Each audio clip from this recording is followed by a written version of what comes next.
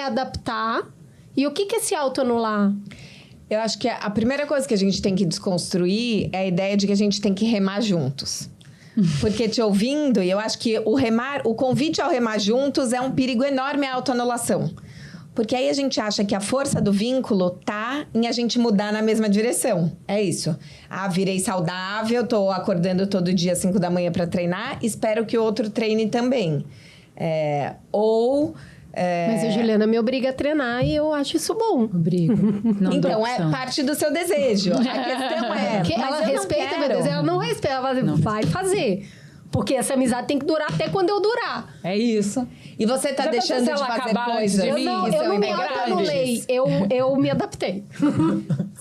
A gente pode aprender com o outro, mas eu gosto... O convite é bom. Né? Eu gosto de uma imagem que eu trago para as relações, que a gente deveria pensar nas relações como se elas fossem caleidoscópios, e não como cubos mágicos. E no caleidoscópio, você vai girando aquele negócio e não tem um gabarito. Então, não tem precisamos voltar a ser o casal que faz tudo junto. Ou voltar a serem as amigas que se encontram uma vez por semana e discutem sobre filosofia.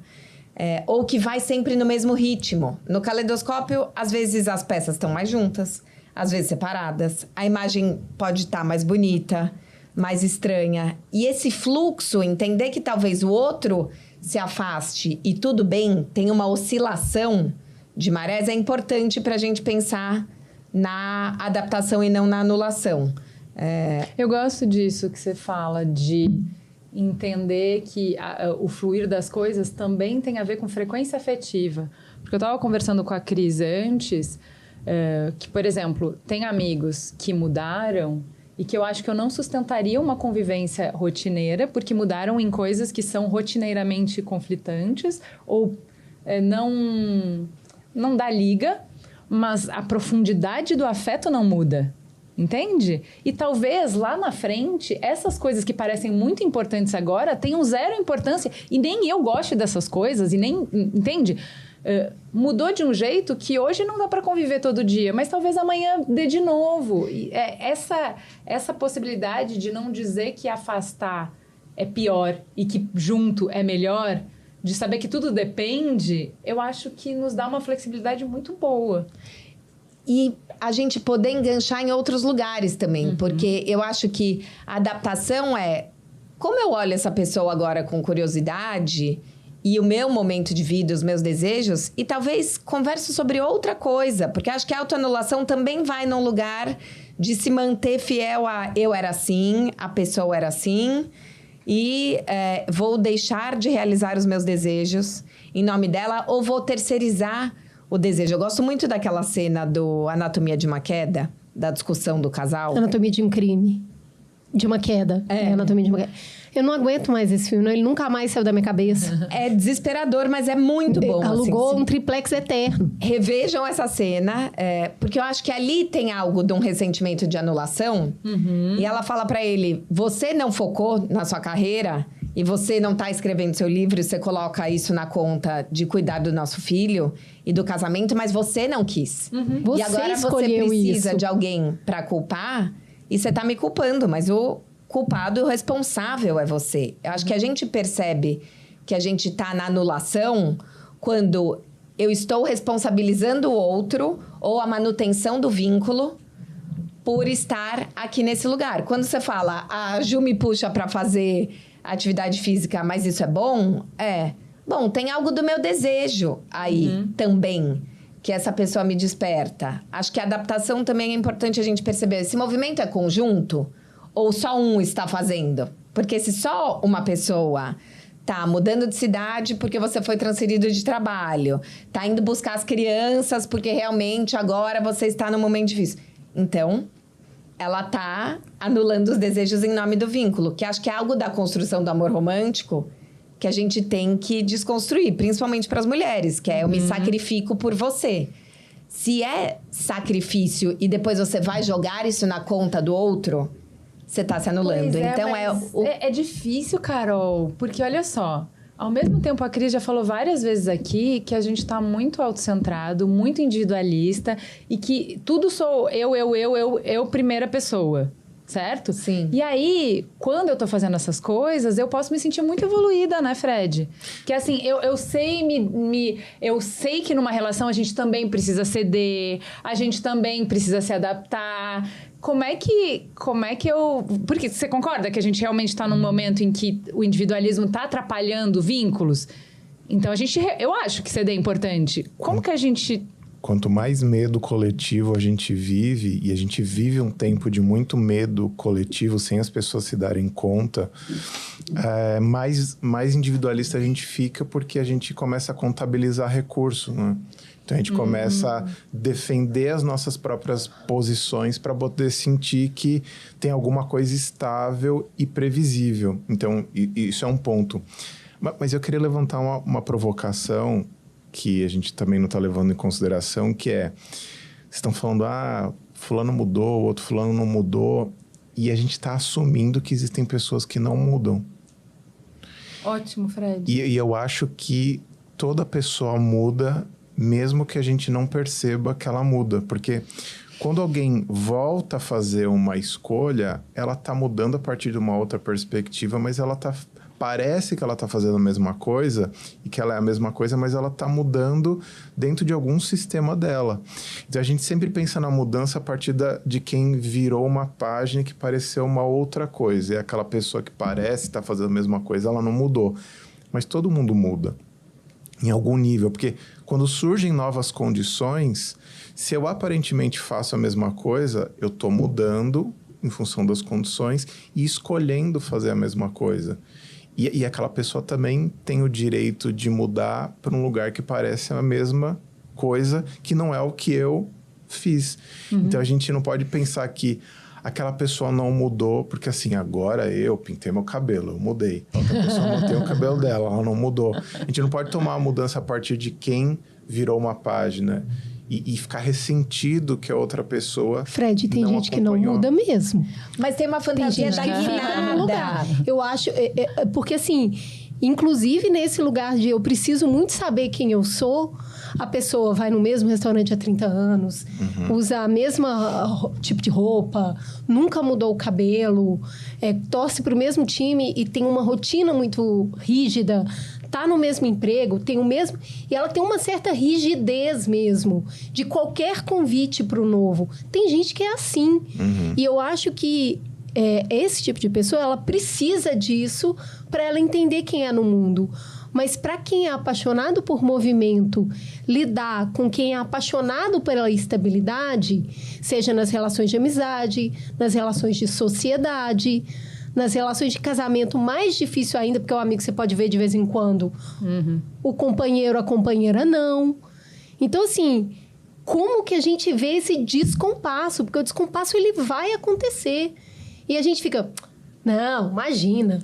Tá acontecendo, não mudou nada, não. É velocidade de movimento, né? Isso. Porque tem gente que acho que mais do que rígido, às vezes até prisioneiro. De algumas coisas que a pessoa acha que a definem e ela não consegue se mover, ela não consegue sair daquela caixinha. Então, mas descompasso não é desamor. Porque eu acho que também a pessoa que se move muito e que quer que a outra não saia da caixinha, também está sendo um pouco prepotente. Se é estruturante para ela estar na caixinha, por que eu não posso ir voar e voltar? De novo, aonde a gente vai se enganchar? Dentro de Porque um eu casamento, outro ir voar e voltar? Dentro de um casamento, talvez o que nos conecta agora? Já não é mais a rotininha juntos, porque eu quero fazer um curso, eu quero viajar, eu quero... conversar com estranhos, você quer ficar aqui com os 3 labradores e no sofá vendo Netflix. Tem algo ainda que onde a gente possa se reencontrar, se conhecer de uma nova forma? Eu acho que, voltando para o raciocínio da anulação ou adaptação, muitas vezes a gente fantasia de virtude, então é isso, eu entendo. Não, eu posso aceitar. As pessoas são assim, o que é medo de conflito. Vai ter conflito. As pessoas vão mudar e vai ser estranho. E aí, eu posso pedir pro outro que eu preciso? Cara, eu tô querendo conhecer o mundo. Será que eu tô esperando também tudo dessa pessoa? Ou eu posso conhecer o mundo sozinha, com as minhas amigas, mas eu vou ter que achar um outro tesão junto com você, pra entender se essa relação ainda de casal funciona. Talvez eu não fale mais da vida louca e das baladas com as amigas, mas eu não preciso deixar de vê-las. Eu posso convidar ela para ir no cinema, assistir uma sessão, depois falar de psicanálise, que eu achei que ela nunca ia se interessar. Então, também, o quanto a gente também não mantém o outro na caixinha e não convida ele para passear aqui nos nossos novos mundos. E, Carol, também acho que também tem uma questão de abordagem, assim. Às vezes, quando eu vejo um casal chegando para terapia, pelo fato de eu ser homem, de alguma maneira eu entendo que a pessoa fala assim, vai você falar com ele, sabe? Porque eu falando não funciona.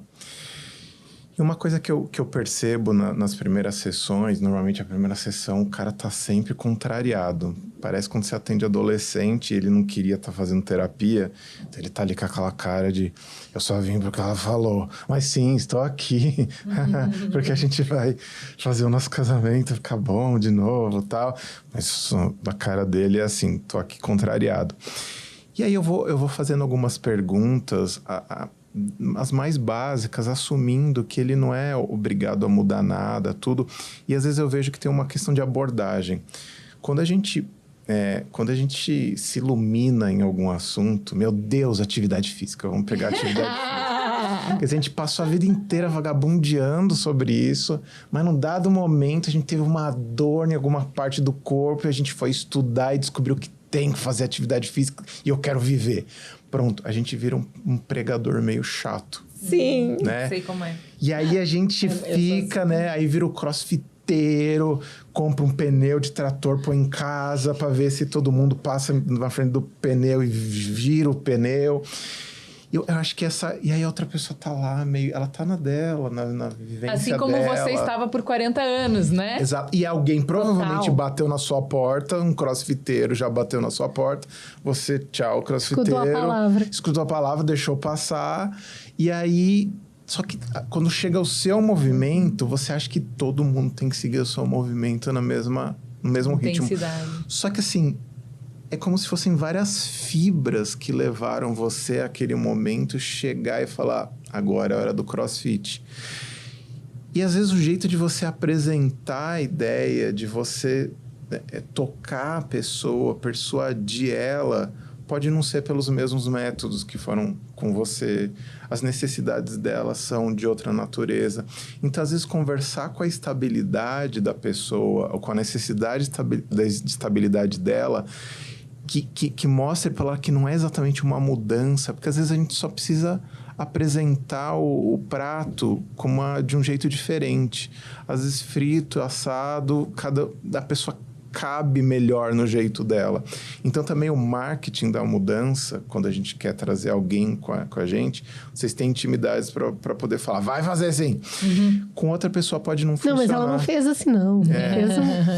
Fez convites ótimos.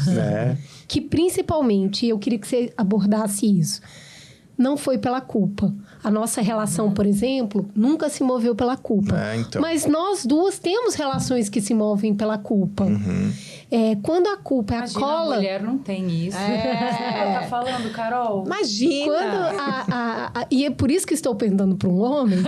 Quando a cola da relação é a culpa, né, o jeito que a pessoa coloca para você... principalmente que você está falando dessa conversa, né? Que a gente faz aí uma expectativa silenciosa e a Carol tá, não, vai ter conflito, você vai ter que conversar. Quando é que a gente consegue perceber que, primeiro, a gente está jogando culpa ou a gente está recebendo culpa? Porque essa cola aí, ela é dolorosa demais. Que a gente... talvez a gente precise ver isso tudo como... A gente tende a ler isso assim como uma má vontade, uma preguiça, e a gente fica ressentido com a indisponibilidade da pessoa. Mas ela tem o movimento dela. Então, o que é a culpa, em última instância? A culpa é uma necessidade de pertencimento. Porque eu me sinto culpado em relação a uma cultura que diz que eu tenho que fazer aquilo. Por que ela diz que eu tenho que fazer aquilo? Porque, supostamente, fazer aquilo é uma coisa que deixa todo mundo agregado. Né? É uma lei que todo mundo fala, todos temos que usar essa roupa. Aí eu uso essa roupa, eu me sinto adequado, eu me sinto pertencendo, eu me sinto protegido. Né? Aí se eu mudo a roupa, alguém vai falar, você mudou a roupa.